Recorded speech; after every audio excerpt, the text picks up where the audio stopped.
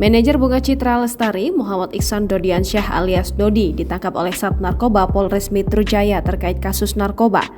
Dodi diamankan dengan sejumlah barang bukti narkoba di kediamannya di kawasan Pasar Minggu, Jakarta Selatan pada Kamis 4 Agustus 2022. Menanggapi hal tersebut, belum lama ini Bunga Citra Lestari angkat bicara.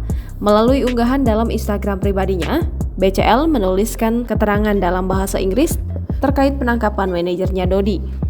BCL mengungkapkan bahwa dirinya selalu memanjatkan doa untuk sang manajer agar bisa melewati masa sulitnya.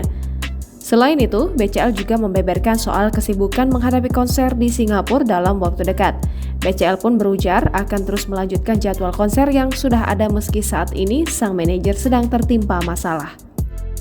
Diberitakan sebelumnya, polisi mengatakan seorang pria berinisial MID yang disebut berprofesi sebagai manajer artis Bunga Citra Lestari telah menggunakan obat-obatan psikotropika sejak tahun 2021. MID dibekuk oleh Sat Narkoba Polres Metro Jakarta Barat di kawasan Pasar Minggu, Jakarta Selatan, Kamis 4 Agustus 2022.